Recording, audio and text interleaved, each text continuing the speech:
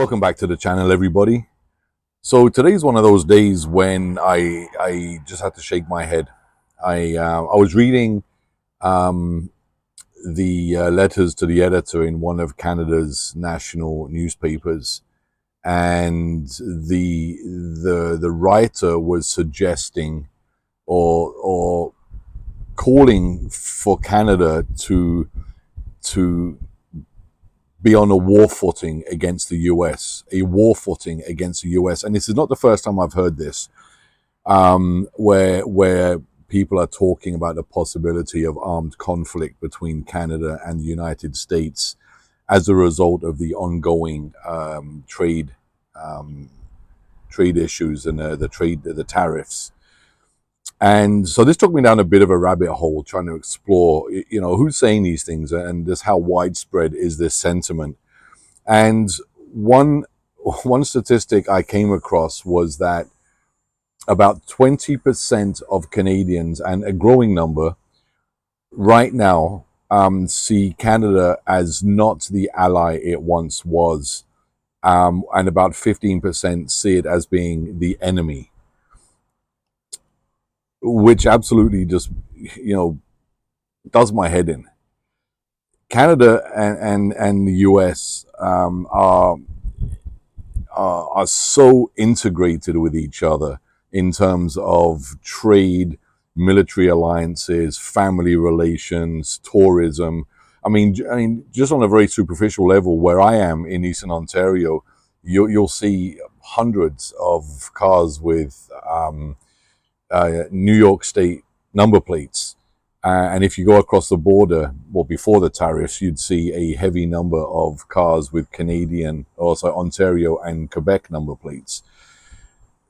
To go to now start believing that relationship is over, and we are now should be on a war footing with the US, and that in fact that country is now an enemy. It absolutely does my head in.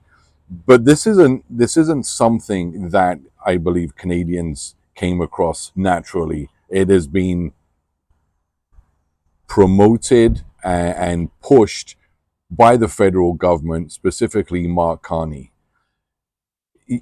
Ever since his election campaign with elbows up and Canada first, and he'll beat the United States, and he'll beat Trump, and none of this has materialized. This guy is playing so badly, in fact, both sides of the fence, and there's almost a seemingly lack of shame in him doing this. But what he's done in the meantime is that he is causing the US and Canada to start drifting apart. To suggest we should be on a war footing. If Canada ever got into an armed conflict with the US, it would, as much as I love the Canadian forces, and truly believe that one for one, a Canadian soldier, infantryman, is one of the best in the world, just numerically, we wouldn't stand a chance against the US. We only have a handful of fighter jets, main battle tanks, and I think a total of 70,000 military, regular and reserve, and only a small percentage of those are combat arms who would actually be on the front lines. We would last about 5 minutes, and any attempt at engaging the US would really be just symbolic. But there's even a discussion around that is absurd. On the military level, Canada and the US are very integrated in terms of NORAD, with Canadians filling staff positions in the US, joint exercises between the two countries. I mean, I participated in a lot of exercises with the US forces. So just talking along those lines is completely beyond absurd. But one thing that Canadians have done, again, with elbows up and buying into the jingoism, is that there are these growing boycotts of US products and of visiting the US. A lot of economist reports are saying that the effects on the US are negligible, but a lot of people are now making a decision to buy Canadian first. This wasn't something that started organically. It was something, again, promoted at the government level in the province of Ontario and a lot of other provinces that control the alcohol stores. They pulled overnight all US products off of the shelves. So, California wine, Kentucky bourbon, everything was completely pulled off the shelf. And you walk in there now, those shelves are left empty or have been replaced with Canadian equivalents. So Canadians actually didn't have a choice to make that decision. It was made for them. And again, just the complete epitome of virtue signaling. Grocery stores jumped on board and capitalized on this, putting Canadian maple leaf flags on products. But if you look carefully, very few of those products that have the maple leaf on them are fully made in Canada. If you read the label, it will say packaged in Canada or prepared in Canada. The ingredients are still coming from the US. So nothing's changed there. The ingredients are still coming from the US. But it's that virtue signaling. It's waving the flag. It's bread and circuses. That's what it is. It's the government distracting people again from the issues that really matter and that really count. Now, I'm not saying that the tariffs aren't something that need to be addressed, but I think that backing people into a corner and making them make decisions about where they're going to spend their money or where they're going to go on holiday, they're not making those decisions, I believe, freely. They're being infected by the propaganda of the Liberal government, which becomes more and more, I guess, shocking when you consider it truly is one rule for thee and another for me. So we're supposed to boycott the US, not travel to the US, not buy American products. But then you look at Mark Carney's investments. So he has positions in approximately 540 companies. Only 3 of them are Canadian. All of the other companies are US, or 95% of them are US companies. So we're talking Apple, IBM, Boeing, Halliburton, Starbucks, Coca-Cola, Microsoft, Walmart, Kraft, Heinz, Walt Disney, Morgan Stanley, and the Bank of America. So quite a few positions in US financial institutions, but not one equity position in any Canadian bank. Not one. All in American banks.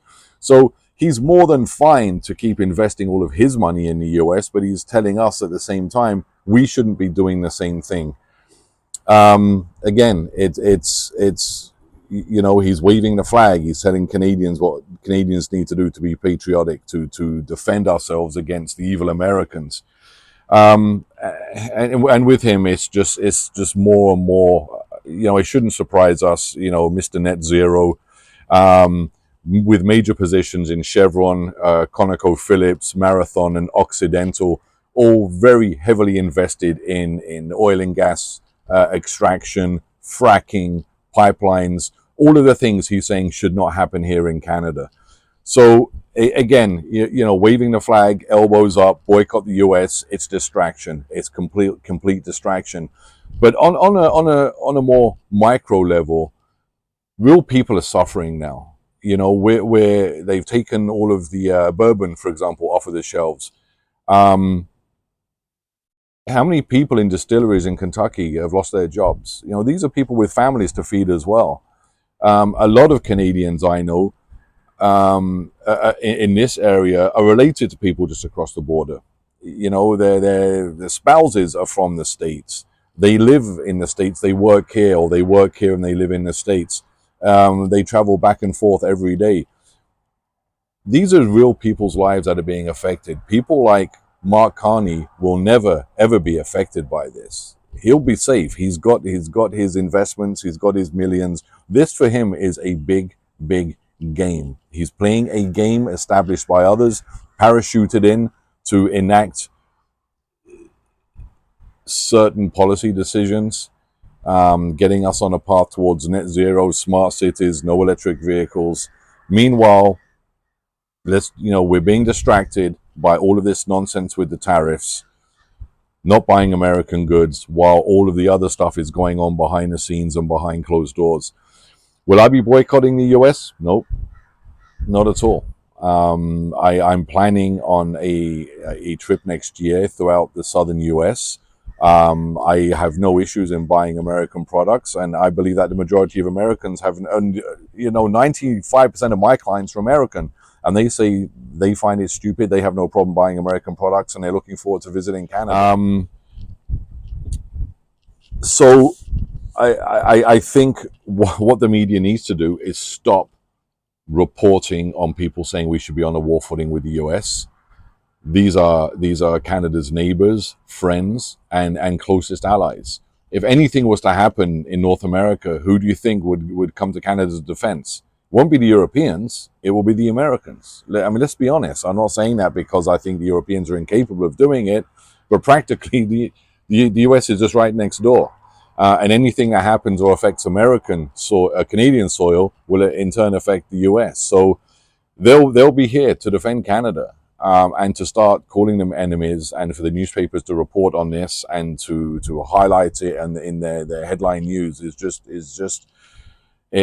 irresponsible.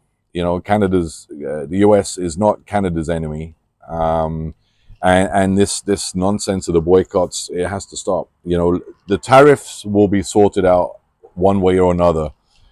Trade will resume, and then what's going to happen? How are people going to be left feeling after everything that they've done and said?